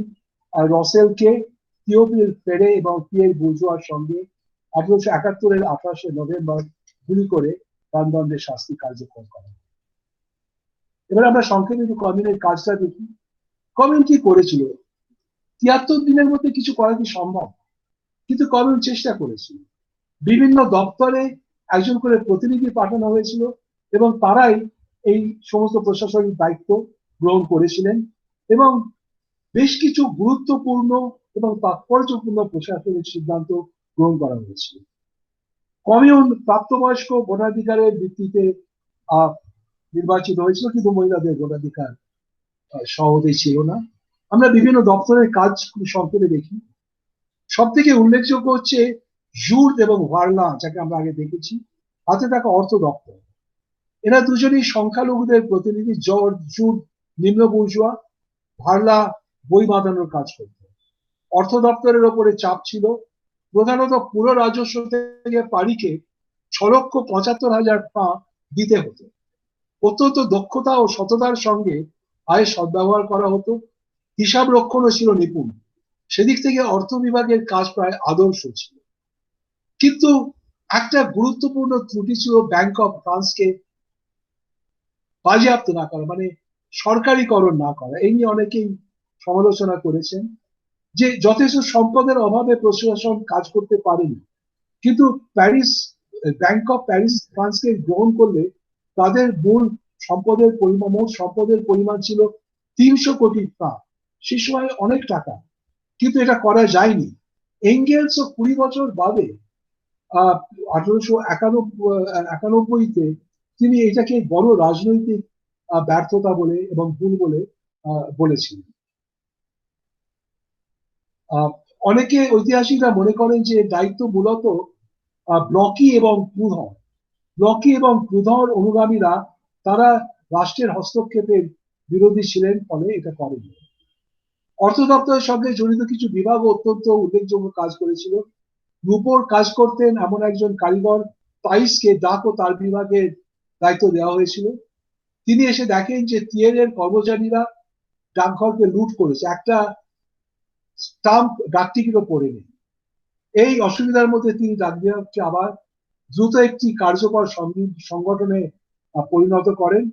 তার বিভাগকে কিছু করা যায়নি, কারণ সমস্ত তার কেটে দেওয়া হয়েছিল। কিন্তু এই অবরোধ পেরোনোর একটা ব্যবস্থা তিনি করেছিলেন। গুপ্তচরদের সাহায্যে তিনি রাতের বেলা অবরোধ অতিক্রম করে ভার্সাই সরকার অধিকৃত অঞ্চল থেকে পানির চিঠিগুলি অন্য শহরের পোস্ট বক্সে ফেলার ব্যবস্থা করেছিলেন যাতে যোগাযোগ থাকে। একটা উল্লেখযোগ্য যে অলিক্স নামে একজন, তিনি শামুকদের দিয়ে একটা টেলিগ্রাফিক ব্যবস্থা করেছিলেন। এ বিষয়ে এর থেকে বেশি কিছু চেষ্টা করেও জানতে পারি। টাকশালের দায়িত্ব ছিল কামেলীনাথের হাতে। তিনি ব্রোঞ্জের শিল্পী ছিলেন, মুদ্রা তৈরি করতে কিছু নতুন কৌশল এবং প্রযুক্তি উদ্ভাবন করেছিলেন। কমিউনের পতনের পরে তাকে শাস্তি দেওয়া হয়নি, তাকে গ্রেপ্তার না করার প্রতিশ্রুতি দিয়ে বলা হয়েছিল যে টাকশালের নতুন অধিকর্তাকে তার প্রযুক্তি শিখিয়ে দিন। ত্রাণ বিভাগ অর্থ দপ্তরের সহযোগী ছিল। এই বিভাগের দায়িত্বে ছিলেন 1848-এর পুরনো বিপ্লবী ফাইল। তিনি এই বিভাগের প্রশাসনিক মানসিকতাকে পাল্টান। তার বক্তব্য ছিল ত্রাণ দাতব্য নয়, ত্রাণ অধিকার, ত্রাণ দয়ার ফসল। তিনি অনেক দাতব্য প্রতিষ্ঠান বিশেষ করে চার্চ অনুমোদিত সম্পর্কে করা ছিলেন, কিন্তু তার সংস্কার পুরোপুরি হয়নি। এরপরে গুরুত্বপূর্ণ হবে শ্রম সংক্রান্ত, কারণ আমরা প্যারিস কমিউনকে মোটামুটি শ্রমিকদের একটা অভ্যুত্থান বলে করি, ঐতিহাসিক যারা করে। শ্রমের দায়িত্বে ছিলেন অস্ট্রিয়া শ্রমিক লিও ফ্রাঙ্কেল। আন্তর্জাতিক অন্য সদস্যদের মতো তিনিও পারিতে অবস্থিত আন্তর্জাতিক কেন্দ্রীয় পরিষদের সঙ্গে যোগাযোগ রেখে চলতেন। মার্কস কিন্তু কমিউনের নীতি এবং প্রণয়ন ও রূপায়ণের ব্যাপারে খুব আগ্রহী থাকলেও যোগাযোগের অসুবিধার জন্য লন্ডন থেকে সবসময় যোগ দিতে পারতেন না। ফ্রাঙ্কেল উদ্যোগ নিয়েছিলেন কমিউনের মাধ্যমে ধনতান্ত্রিক ব্যবস্থাকে শ্রমজীবীদের উৎপাদক সমিতির নিয়ন্ত্রণে নিয়ে এসে তার রূপান্তর ঘটান। এই কাজে তিনি শ্রমিকদের সঙ্গে নিয়ে সতর্কতার সঙ্গে এগিয়েছিলেন।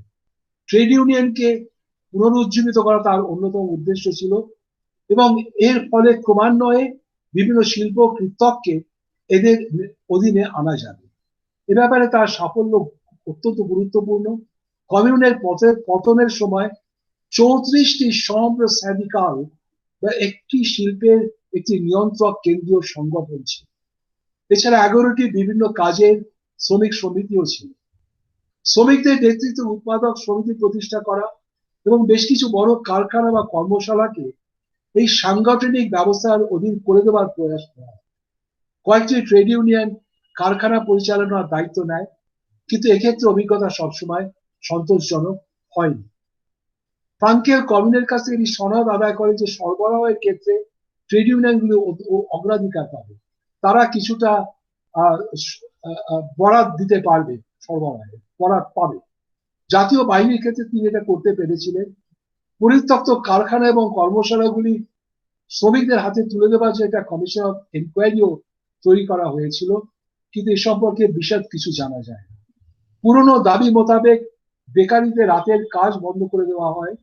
উদারপন্থীরা অবশ্য রাষ্ট্রীয় হস্তক্ষেপ বেশি করার বিরোধী ছিলেন। কর্মশালাগুলিতে কর্মীদের কাছ থেকে গাফিলতির নামে যে ফাইন বা জরিমানা আদায় করা হতো তা বন্ধ করে দেওয়া হয়। মজুরি আটকে রাখা নিষিদ্ধ করা হয়। এমনকি যুদ্ধের মৃত শ্রমজীবীদের বিধবাদের পেনশন দেওয়ার সিদ্ধান্ত হয়, বিবাহ আইনশুদ্ধ না হলে। অনেকে মনে করেন যে এই সিদ্ধান্ত মহিলাদের মুক্তির পথে একটি পদক্ষেপ। কোনো সন্দেহ নেই যে এখানে কিছু গুরুত্বপূর্ণ প্রয়াস নেওয়া হয়েছিল, তার সাফল্য স্বভাবতই খুব সীমিত, কারণ 73 জনের মধ্যে কোনো মৌলিক রূপান্তর সম্ভব নয়। ডক্টর ভাইও তিনি শিক্ষা কমিশনের প্রধান হিসেবে পরীক্ষামূলক প্রযুক্তির দুটো বিদ্যালয় স্থাপন করেছিলেন ছেলেদের এবং মেয়ের জন্য, কিন্তু এখানে আবার মতের ভিন্নতা দেখা যায়। ফুরিয়ের ইন্টিগ্রাল এডুকেশনের যে ধারণা, সেই ধারণা অনুযায়ী এখানে শিক্ষা করার ব্যবস্থা হয়েছে। চার্চ বিদ্যালয়কে ধর্মনিরপেক্ষ করার প্রয়াস অবশ্য খুব সফল হয়নি। বিচার ব্যবস্থায় কোনো মৌলিক পরিবর্তন হয়নি। কৃষক সন্তান প্রত এর দায়িত্বে ছিলেন। কৃষকদের ক্ষেত্রেও বিশেষ বড় পরিবর্তন কিছু হয়নি। সকলের জন্য একখণ্ড জমি একটি গৃহের কথা বলা হয়েছিল, এর দায়িত্বে ছিল বিহার। কিন্তু খাদ্য কমিশন খুব কৃতিত্বের সঙ্গে প্যারিসকে খাদ্য যোগানোর কাজ করেছিল এবং খাদ্যপণ্যের দাম নিম্নমুখী ছিল। বিদেশ দপ্তর এর কাজ খুব বেশি ছিল না, কিন্তু বুশের অধীনে এই দপ্তর একটা কাজ করতে পারতেন, সেটা হচ্ছে অন্য শহরগুলির সাথে যোগাযোগ করে একটা ওই সমন্বয় করার চেষ্টা করতে পারতেন, যেখানে যেখানে অন্তত কিছুদিনের জন্য কমিউন গড়ে উঠেছিল। এটা পারেননি, তিনি কয়েকটি ইসরায়েলিকে শান্ত।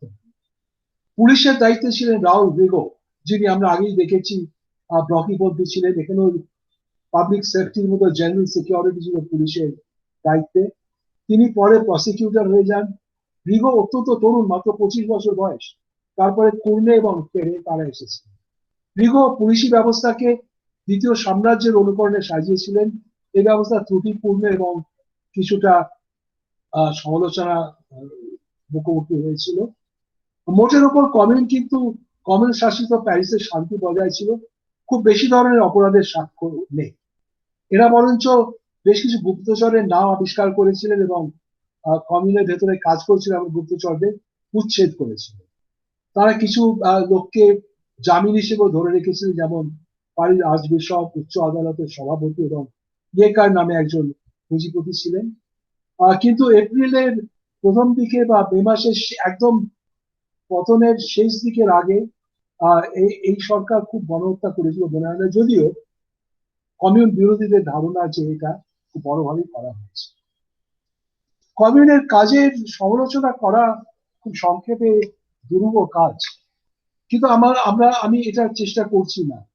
আমি মূল যে কাজগুলো করা হয়েছিল তার বিবরণ দিলাম। এ থেকে বোঝা যাচ্ছে যে বিভিন্ন ধরনের যে ছোঁক বিভিন্ন গোষ্ঠীর মধ্যে আদর্শগত মানসিকতার দিক থেকে আমরা দেখেছি, তার টানাপোড়েন কমিউনের কাজের মধ্যেও প্রতিফলিত হয়েছিল। এবং স্বভাবতই এই এত অল্প সময়ের মধ্যে খুব মৌলিক পরিবর্তন করা অসাধ্য ছিল। আমি একটা ছোট্ট সেকশন প্যারিসের নারীদের উপরে, কমিউনের নারীদের উপরে রেখেছি। এটা 1871-এর অভিজ্ঞতা শুধু নয়, 1789 সময় থেকে একই অভিজ্ঞতা।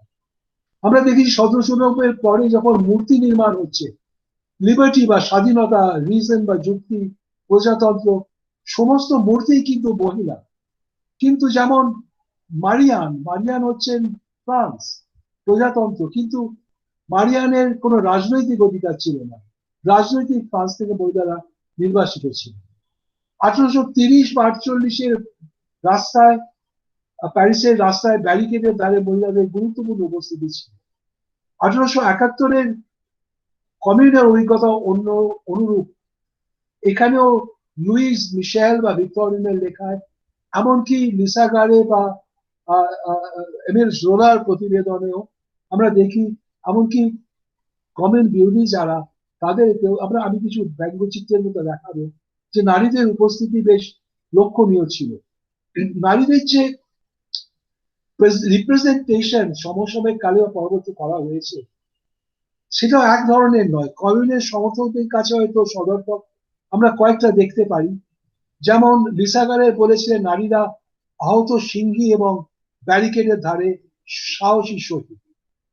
সেবাস্টিয়া কমিশনার বলে একজন অফিসার সেনাবাহিনীর, তার কাছে নারীরা আদর্শবাদী। আবার কমিউনের দুজন নির্বাচিত সদস্য বলছেন তারা সন্তানদের মুক্তির প্রয়াসে আত্মত্যাগী মাতা। বিরোধী মতে অলঙ্কারের প্রয়োগ অনেক তীক্ষ্ণ। বিরোধী সাংবাদিক ফ্রান্সিস সার্সের মতে মহিলারা পুরুষদের থেকেও খারাপ এবং ভয়ঙ্কর, কারণ তাদের বুদ্ধি কম কিন্তু ভাবাবেগ তীব্র। কমিউনের ওপরে আমরা মাক্সিম দুরকর কথা আগে দেখেছি।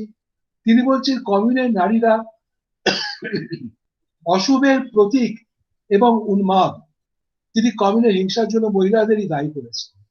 আরেকজন কমিউন বিরোধী জুল ক্লারেতি মহিলাদের বক্তৃতা শুনে কাজকর্ম দেখে বুঝতে পারেননি যে কি পদার্থ দিয়ে তারা তৈরি। এছাড়া অ্যামাজন, গণিকা, উন্মাদ ইত্যাদি নানান বিশেষণে তাদের ভূষিত করা হয়েছে। এমনকি কমিউনপতিদেরও অনেকে তাদের ভূমিকাকে সন্দেহের মধ্যে রাখেননি। কেউ কেউ মহিলাদের ভালো ও খারাপ দুই দলেই ভাগ করেছিল। জুল বেরজেরে মনে করেছিলেন যে দৈহিক গঠনের কারণে মহিলাদের স্থান গৃহেই হওয়া উচিত। আবার 1789 পরেও একই দৃষ্টিভঙ্গি পুনরুত্থান হচ্ছে। নারীর বিভিন্ন রূপ সমসাময়িক লেখায় বা ছবিতে বিধৃত। আমরা লা কমিউন বলে একটা ছবি বক্তৃতার পরে দেখাবো। সেই ছবিটা দেখলে বোঝা যাবে যে কিভাবে নারীর চরিত্র এবং তার ভূমিকাকে কমিউন পন্থীরা দেখেছিলেন। তার হাতে কিন্তু দোলাক্রুয়ার নারীর লিবার্টির মতো বন্দুক নেই, তার বদলে তরবারি। তার চারদিকে সৈনিকরা যুদ্ধ করছে, তিনি নিজে করছেন বলে মনে হয়। কিন্তু অন্য যে ছবিটি নারীদের সত্যিকারের প্রতিনিধিত্ব দীর্ঘদিন ধরে করেছে, সেটা হচ্ছে কমিউন বিরোধীদের সৃষ্ট ও সরকারের তৈরি পেট্রোলিউস, অগ্নিসংযোগকারী নারী। এই চিত্রণের বয়ানটি পরিষ্কার। এই মহিলারা হিংসার অগ্রদূত, কমিউনের পতনের পরে বাড়ির বহু বাড়িতে অগ্নিসংযোগকারী এবং অস্বাভাবিক। এটি আসল। গুলিকসন গাই গুলিকসন বলে একজন, তিনি আনরুলি উইমেন অফ প্যারিস বলে বই লিখেছেন। তিনি বলছেন, আমি কোটের মধ্যে রাখছি, অবাধ্য ও অনিয়ন্ত্রিত এই নারী 19 শতকে নারী সম্পর্কে পুরুষের সমস্ত ভীতি ও উদ্বেগের প্রতীক। এই মনোভাবের সম্প্রসারণ রাজনৈতিক ও সামাজিক ক্ষেত্রে লক্ষণীয়। নারীরা যেমন গৃহ ছেড়ে বৃহত্তর পরিসরে প্রবেশ করছেন, তেমনি তাদের উপস্থিতি সমস্ত সামাজিক রাজনৈতিক কাঠামোকেও ধ্বংস করতে চায়। এই নারী একজন ব্যক্তি নয়, একটি রূপক কমিউনের নাগরিকের। কোটেশন শেষ। কিন্তু যে কমিউনের নাগরিকের রূপক, সেই নারী নিজে কিন্তু নাগরিক নয়, কারণ তার অনেক নাগরিক অধিকার নেই। এটাই পরিহাস যে এই ভিক্ষা শুধু রক্ষণশীলদের নয়, অনেক প্রগতিবাদীদের। পেট্রোলিউস কমিউনের প্রতিনিধি, আরো অনেক প্রতিনিধি আছেন, কিন্তু কমিউনের সময় তার রাজনৈতিক অধিকার অনুপস্থিত, তার ভোট নেই, সে প্রতিনিধি নয়। নেতৃস্থানীয় সরকারিভাবে তেমন কাউকে তো পাওয়া যায় না। আর 1789 থেকে দৃষ্টি ফেরালো, তাই আমি আগে বলেছি, মারিয়ান ফ্রান্সের প্রজাতন্ত্রের মূর্তি, কিন্তু মারিয়ানের রাজনৈতিক অধিকার। এবার আমি শেষ চরিত্র সম্পর্কে আসি। কমিউন সম্পর্কে Marx the Civil War in France গ্রন্থটি রচনা করেছিলেন। তিনি লিখছেন, আমি কোট করছি, On the dawn of 18th March, Paris arose to the thunderous burst of Vive la Commune. The proletarians of Paris, amidst the failures and treasons of the ruling classes, have understood that the hour had struck them to save the situation by taking into their own hands the direction of public affairs. Unquote. Engels তাকে প্রতিধ্বনি করে 20 বছর বাদে কমিউনের 20 বছর পূর্তি উপলক্ষে আন্তর্জাতিক সভায় বলছেন, quote, Do you want to know what the dictatorship of the proletariat looks like? Look at the Paris Commune. That was the dictatorship of the proletariat. Unquote. এর থেকেই কমিউন সম্পর্কে মার্ক্সবাদী আখ্যানটি শুরু হচ্ছে। কমিউনের চরিত্র বিচারে এই ব্যাখ্যা অবশ্যই একমাত্র নয়, কিন্তু সব থেকে প্রভাবশালী এ সম্পর্কে কোনো সন্দেহ নেই। কমিউনের উপরে সমাজবাদী চিন্তার প্রভাব স্বীকার করে অনেক ঐতিহাসিক, যেমন জেলডিন, দেখিয়েছেন যে তাদের মধ্যে প্রুডা বা ব্লকির অনুগামীদের বড় ভূমিকা ছিল। তিনিও অন্য অনেক ঐতিহাসিক পুরনো জাকোবা পন্থীদের কথা বিশেষভাবে উল্লেখ করেছেন।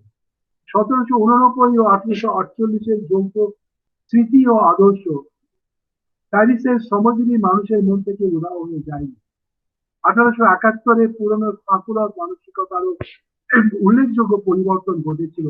এবেলপন্থী এবং ফ্রেড দোসেনের পুনঃপ্রকাশ নিঃসন্দেহে এটা সমর্থন করে। তারই কমিউনের সামাজিক উদ্দেশ্য ও প্রশাসনিক ব্যবস্থা নিয়ে পরীক্ষাকে একমাত্রিক বিচার করে প্রতিষ্ঠা করা যাবে না। যারা অংশ নিয়েছিলেন, যারা নেতৃত্ব দিয়েছিলেন, তাদের সামাজিক, অর্থনৈতিক, রাজনৈতিক অবস্থান সমান ছিল না। নানান স্তরে বিন্যস্ত এই স্তরগুলিকে যথাযথ প্রতিষ্ঠা করা সহজ নয়। তাদের মধ্যে তাদের গুলিয়ে ফেলা সম্ভব, এবং সেটা করাটা ইতিহাসের প্রতি যথার্থ বিচার করা হবে বলে মনে হয়। মার্ক্সবাদী মতটি প্রাধান্য পাওয়ার পেছনে সব থেকে বড় ভূমিকা কমিউনকে পরাস্ত করার জন্য রাষ্ট্রের ভয়ঙ্কর প্রতিহিংসা ও নির্বিচার হত্যা। 20 থেকে 25 হাজার শ্রমজীবী সাধারণ মানুষ নিহত, সক্রিয় কমিউনপন্থীরা হয় বন্দী নলে নির্বাসিত। 1880 সরকারি ক্ষমার পরে এরা নির্বাসিতরা ফিরতে পেরেছেন, কিন্তু নির্বিচার হত্যা ও নিপীড়ন থেকে উদ্ধার পাওয়ার পরে শ্রমজীবী মানুষ কিন্তু এই স্মৃতিকে পরবর্তী সময় সযত্নে ও প্রাতিষ্ঠানিকভাবে লালন করে। কমিউন বিপ্লবের ব্যর্থ কিন্তু অত্যন্ত উল্লেখযোগ্য প্রয়াস, কমিউন শ্রমিকদের বীরত্ব ব্যঞ্জক সংগ্রাম ও শহীদ হওয়ার প্রতীক, এর থেকেই জন্ম হয় নতুন শ্রমজীবীদের মুক্তির জন্য। এ কাজে অগ্রণী ছিলেন ফ্রান্সের আন্তর্জাতিকের মার্ক্স অনুগামীরা, যার জন্য কমিউনিস্ট পয়েন্টটি বেশি গুরুত্ব পেয়েছে। জুল গেজ ফ্রান্সের শ্রমিক দল পার্টি উপরিয়ে ফ্রান্সে তৈরি করেন। তার উদ্দেশ্য ছিল শ্রমজীবী মানুষের চেতনার প্রসার। তিনি পরিষ্কার বলছেন, আমি কোট করছি, "It is necessary to cut the cable which still anchors our workers in radical and bourgeois Jacobin waters." এই বুর্জোয়া জ্যাকোবিন ওয়াটার্স থেকে যে উদ্ধার করা দরকার, এই প্রয়োজনটা তারা বুঝেছিলেন। এর থেকে এটাও প্রমাণিত হয় যে তখনও জ্যাকোবিনদের প্রভাব ছিল।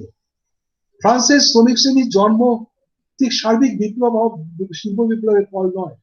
প্যারিস কমিউনকে ঘিরে যে যৌথ স্মৃতি ও মিথ নির্মিত হলো, তার ফলেই আধুনিক শ্রেণী চেতনা ও শ্রমিক আন্দোলনের প্রসার শুরু হলো। এই জন্যই মার্ক্সবাদী বয়ানে প্যারি কমিউন, শ্রেণী যুদ্ধ এবং শ্রমিক বিপ্লব, যা ফরাসি বুর্জোয়া অভূতপূর্ব প্রতিহিংসায় দমন করেছিল। এই শ্রমিক দলের মুখপাত্র লেগালিতে 1880 18ই মার্চ কমিউনকে শ্রমিক শ্রেণীর বিপ্লব বলে অভিহিত করেন, এবং তারা যে কাজটিকে স্মরণ করছিলেন আমি আগে বলেছি, সেটা হচ্ছে দমনের হিংস্র প্রতিক্রিয়া।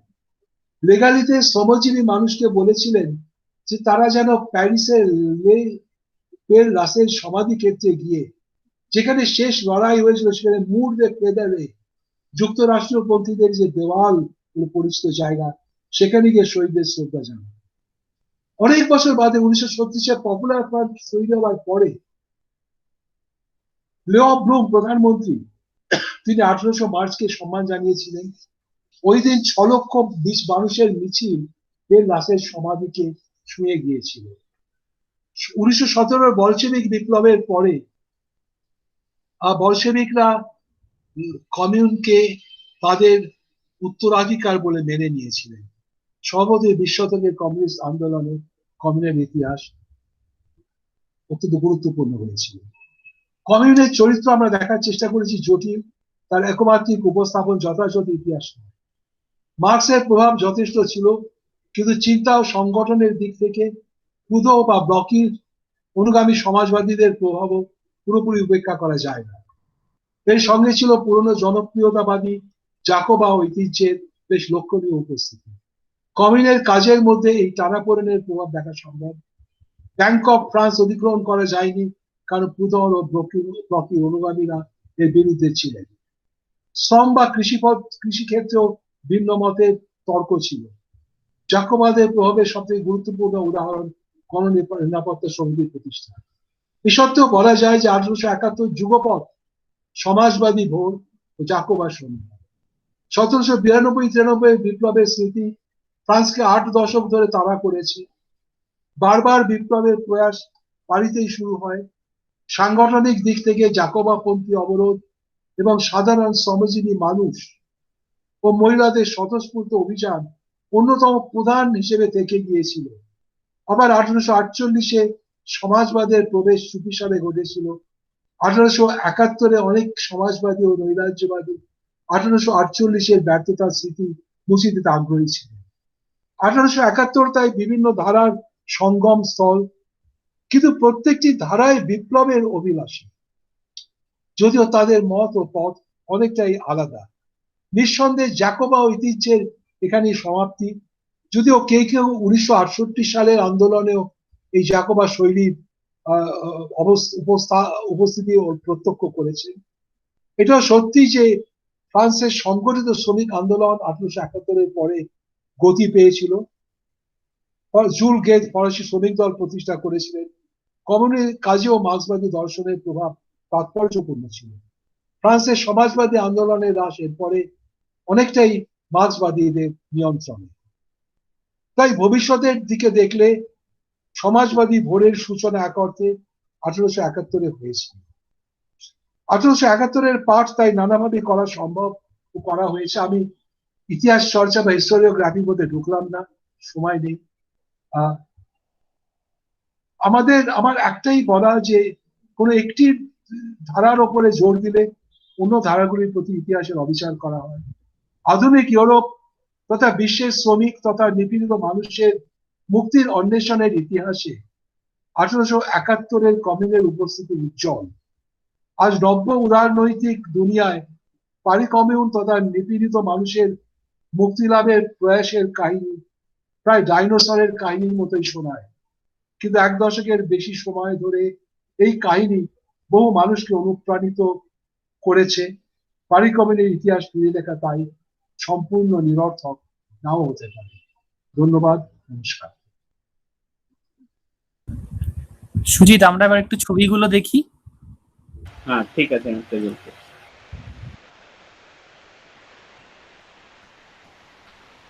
এবার কি ছবিগুলো দেখাবে? হ্যাঁ হ্যাঁ হ্যাঁ।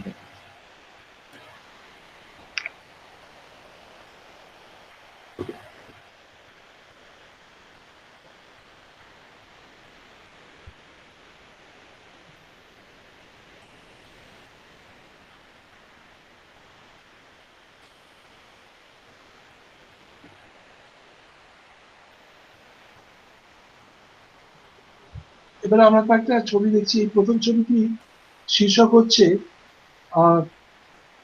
দ্য ভার্জিন ম্যাড, বড় করে যেটা লেখা আছে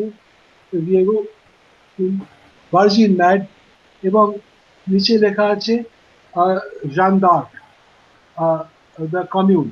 এখানে লেখা আছে যে on the field of battle as on the boulevard I can shoot a man at 1000 metre without mistake.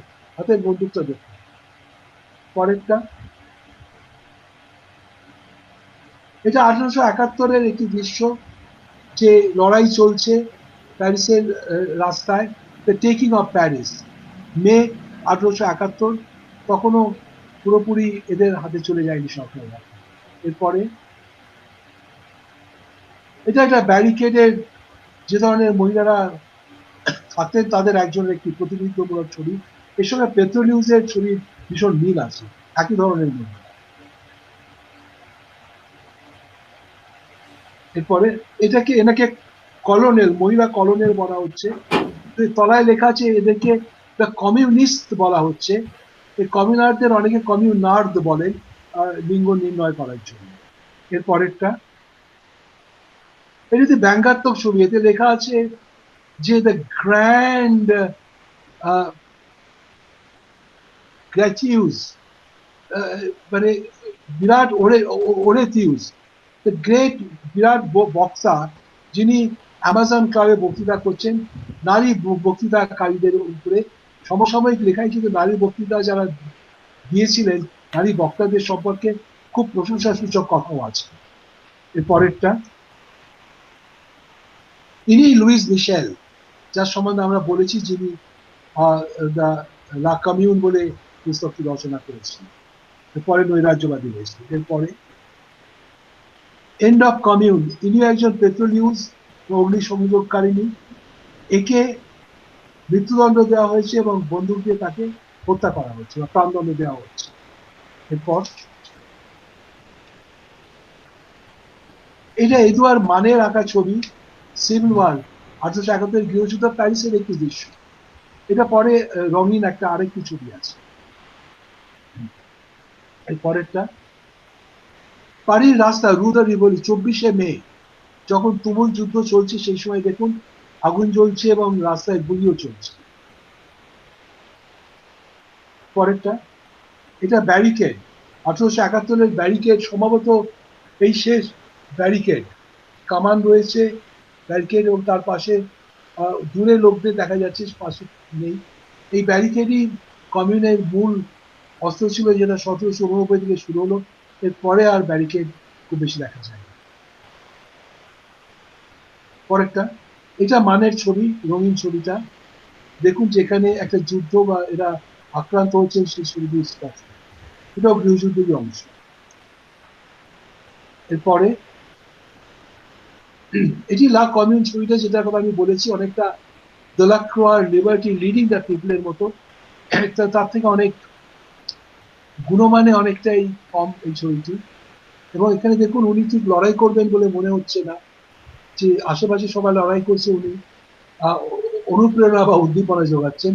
উনি কিন্তু কমিউনের মুখ, উনি কমিউনের মূর্তি, এবং এই আইকনটি কিন্তু সে আবার মহিলারা আছেন, মহিলাদের অধিকার কতটা বঞ্চিত হয়েছে সেটি প্রশ্ন। এবং শেষ ছবি লা পেট্রোলিউস, পরেরটা, ইনি পেট্রোলিউস বিখ্যাত, হাতে মশাল আগুন জ্বালাবেন, অবিন্যস্ত কেশ, অবিন্যস্ত উস্কো খুস্কো চুল এবং পোশাক, জানাতে কি আছে বোঝা নেই, কিন্তু মনে হচ্ছে হাতের দেখে যে শরীরে শক্তি আছে। এরাই একেবারে সন্ত্রাসের নেতৃত্ব দিয়েছিলেন, এটাই কমিউন বিরোধী ভাষ্য। সুতরাং নারীদের যে একটা বড় ভূমিকা ছিল, তার জন্য আমি একটি ছোট্ট অংশ দিয়েছি এখানে, ছবিগুলোতে বেশিরভাগ তাদের ওপরই। শেষ এই, আশা করি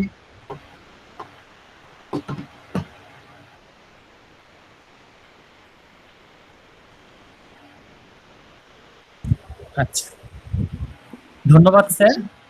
হ্যাঁ হয়ে গেছে, ঠিক আছে, হ্যাঁ ধন্যবাদ স্যার। ঠিকঠাক রেকর্ড হয়েছে।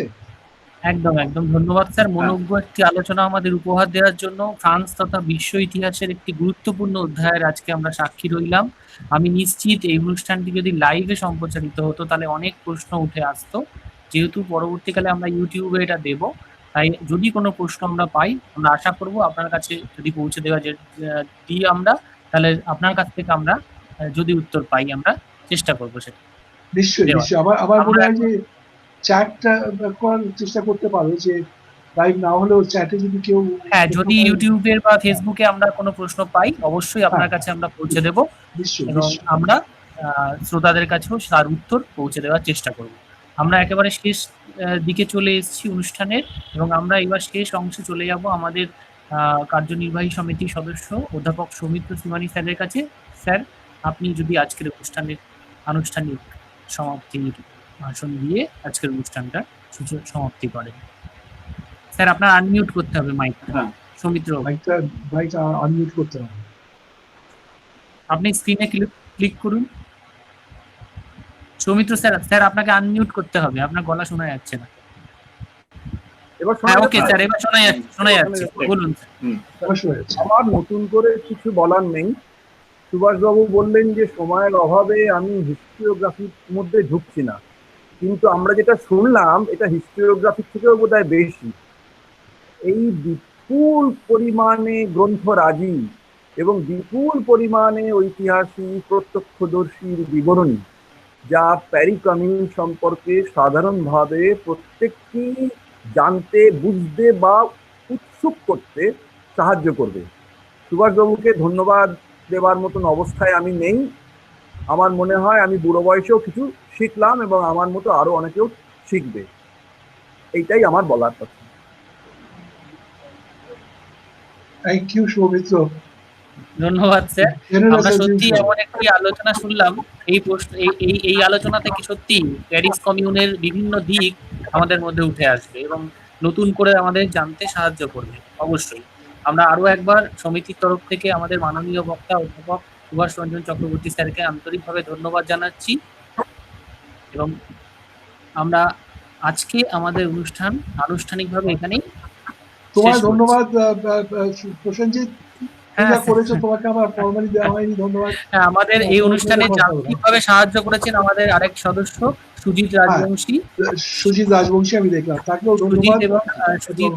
সুজিত এবং আমাদের সমিতির অন্যান্য সদস্যরাও সামগ্রিকভাবে সাহায্য করেছেন, এবং আগামী দিনে আরো অন্যান্য বক্তৃতাগুলো হবে এবং আমরা চেষ্টা করব আরো নতুন নতুন বিষয়, নতুন বক্তাদেরকে আপনাদের সামনে তুলে ধরার। ধন্যবাদ। ঠিক আছে, ধন্যবাদ। তাহলে এখানে রেকর্ডিং, হ্যাঁ।